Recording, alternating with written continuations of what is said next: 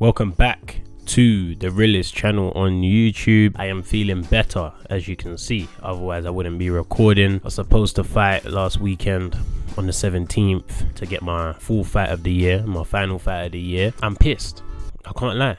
I genuinely am pissed because it was one of those personal goals that I set to fight 4 times this year. It's not about the media, it's not about anything really. It was just like, you know what, I don't care how much the channel grows this year, I don't care how much the Room Wheels grows this year, like I do, but obviously my main priority is to fight 4 times this year. That's why you guys see me ghost on the channel when it's camp season and stuff, because we all know I want to be a champion and sacrifices have to be made.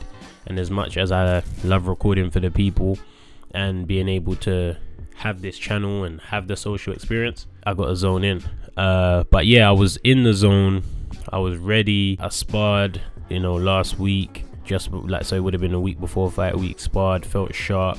Actually sparred with Ross McGuigan, my last opponent, which was good because you're just in there with someone who you know knows you. They've been in there with you on a fight day, and now it's not a fight day. We're actually here to learn, and I'm here to try and use the moves I'm using on the next guy.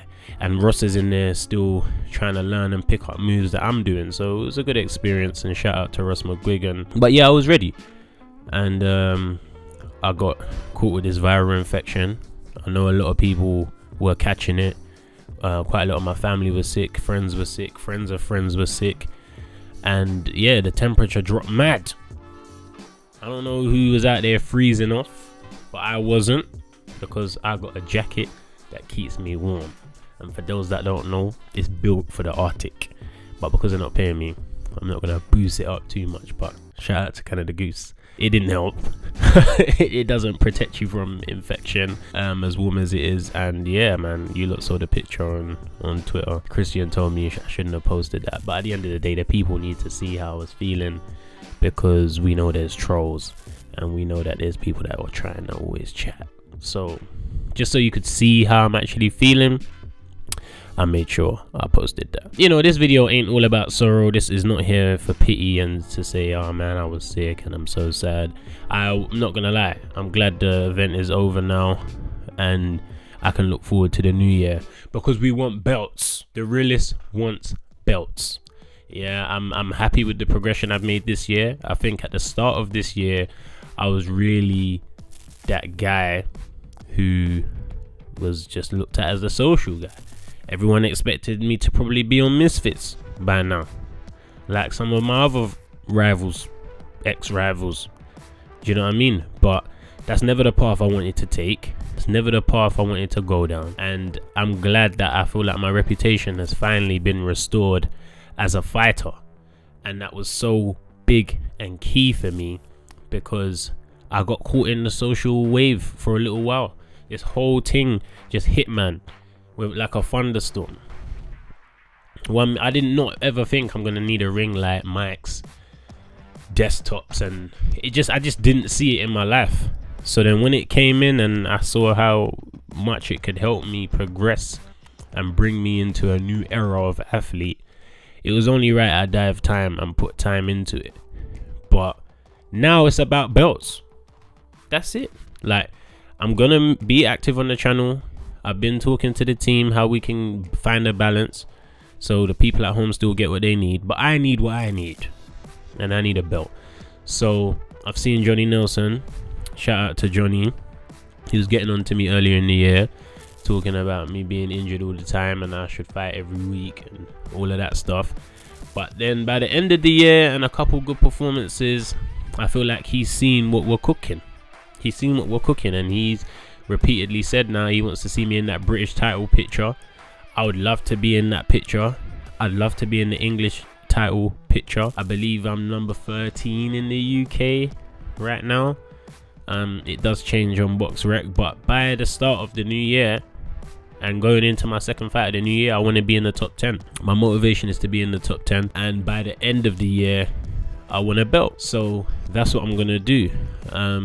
Certain things we can't help, like me getting the infection last week. I was preaching that I was gonna fight 4 times this year, and that was the aim, and I was ready to do so. But life is life, and sometimes you gotta let things be. and that was the best decision for me to make this past weekend. But no, man, I'm happy with this year. I hope you guys have been entertained by my boxing career, starting off the year with a fight against Wilberforce Shehepo, who's a veteran, by the way. And when people have time, if you have time over this festive period, check his record, check who he's faced, and then check the other people of today and see if they are fighting people of that stature after 2 years off. After 2 years off and never doing a 6-rounder before. So it was a good win for me. I didn't get the finish, but there was highlights. There was a good knockdown, and I think it was the beginning of a new me. It was the beginning of a new fighter. It was the beginning of a new Viddal. And me and my dad locked in from that point, because then we followed up with the 51-second knockout in London in June. And that was just down to following instruction and finding my groove. And I would have wished that I fought in July. I think it was July 30th in Bournemouth. You know, I had a good rest. I came back in November and we finished again. 3rd round KO this time. I had to actually break him down a little bit. It wasn't just a flash KO. I used strategy to get the KO. And I intend to continue the KOs going into next year. So I've had a good year and I picked up my momentum. 7-0, 4 knockouts.